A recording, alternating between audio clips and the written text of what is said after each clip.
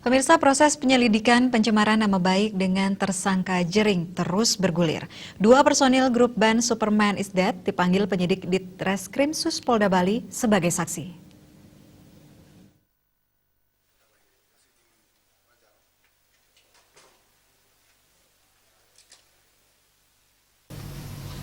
Dua personil grup band Superman is Dead, Bobby dan Eka, tiba di Polda Bali pukul 10.30 WITA didampingi kuasa hukum Jering, Wayan Swardana.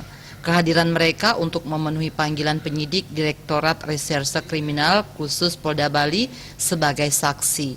Mereka menyatakan akan menyampaikan kesaksian bahwa apa yang diungkapkan Jering bukanlah ujaran kebencian.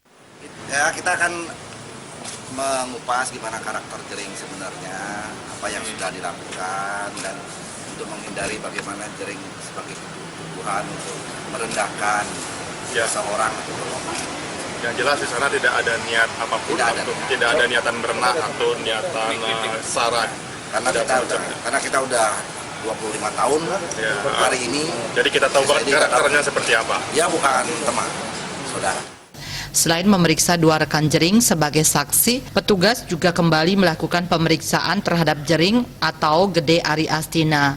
Selama pemeriksaan, istri dan sejumlah rekan Jering menunggu di luar ruangan. Raiswantara, Bali TV.